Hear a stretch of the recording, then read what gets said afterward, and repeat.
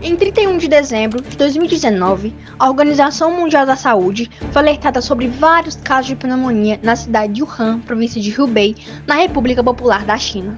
Tratava-se de uma nova cepa de coronavírus que não havia sido identificada antes em seres humanos. Uma semana depois, em 7 de janeiro de 2020, as autoridades chinesas confirmaram que havia identificado um novo tipo de coronavírus. Os coronavírus estão por toda parte. Eles são a segunda principal causa de resfriado comum e até as últimas décadas raramente causavam doenças mais graves em humanos do que o resfriado comum. Em 30 de janeiro de 2020, a OMS declarou que o surto do novo coronavírus constitui uma emergência de saúde pública de importância internacional, o mais alto nível de alerta da organização, conforme previsto no Regulamento Sanitário Internacional. Essa decisão buscou aprimorar a coordenação, a cooperação e a solidariedade global para interromper a propagação do vírus.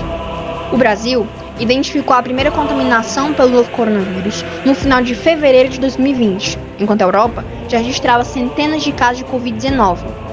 A declaração de transmissão comunitária no país veio em março, mês em que também foi registrada a primeira morte pela doença. Em abril, em meio ao isolamento social, o governo adotou medidas para mitigar o efeito da doença na economia, como linhas de crédito para as empresas, e enviou ao Congresso Nacional propostas de criação de auxílio emergencial, direcionado à população mais vulnerável. Não foi apenas o setor da economia que foi afetado e precisou se modificar. Os demais setores também sofreram tamanho impacto e tiveram que se adaptar, entre eles o setor da educação, adotando ensino remoto, e começou a ser aplicado nas instituições de ensino em 2020, como a solução encontrada pelos órgãos responsáveis para evitar a suspensão total das atividades escolares, em uma necessidade de isolamento social. Assim como todas as áreas afetadas, não demorou muito tempo para que tal mudança começasse a evidenciar seus efeitos causados.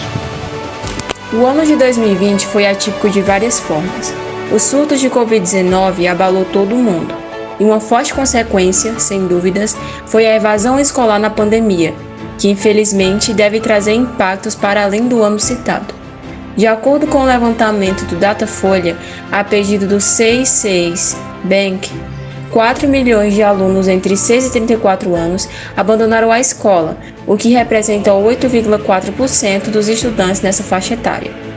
O percentual não parece tão grande, mas quando consideramos que apenas 43,6 milhões de alunos voltaram às aulas, comparados aos 47,6 milhões que estavam matriculados, o impacto se mostra ainda maior. Por que a evasão escolar na pandemia foi tão acentuada? Vários motivos podemos explicar este movimento. Dentre estes, podemos citar: diminuição de renda. Com a queda na renda, por vezes, as famílias precisam abrir mão de algumas despesas para adequar o orçamento, e a educação é uma dessas fontes de redução. Uma pesquisa feita pelo FGV-CEF e pela Toluna, com 806 pessoas no final de maio de 2020, mostrou que 63,93% dos brasileiros tiveram perda de renda mensal por conta da pandemia de Covid-19. A maioria perdeu de 10% a 30% da renda mensal. Barreiras tecnológicas. Uma pesquisa da Pravaler, feita entre 9 e 16 de junho, com 955 estudantes matriculados em cursos presenciais do ensino superior privado, mostrou que 80% dos alunos de Minas Gerais tiveram a primeira experiência com ensino remoto durante a quarentena.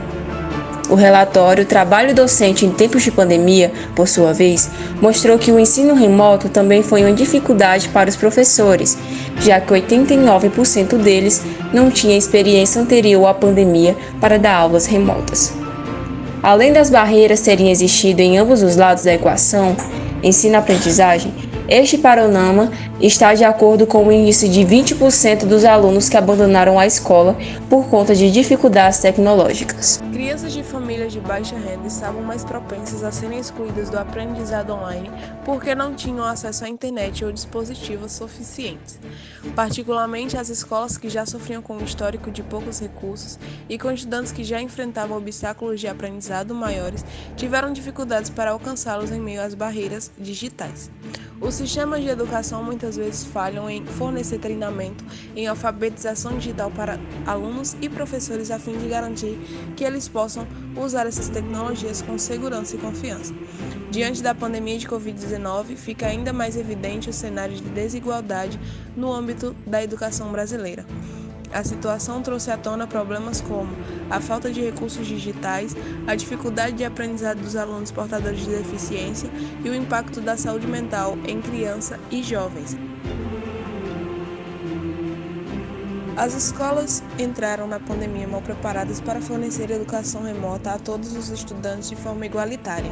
Isso se deve ao descuido de longo prazo dos governos em remediar a discriminação e as desigualdades em seus sistemas educacionais ou em garantir serviços governamentais básicos, como eletricidade estável e acessíveis nas residências ou facilitar o acesso à internet com preços acessíveis.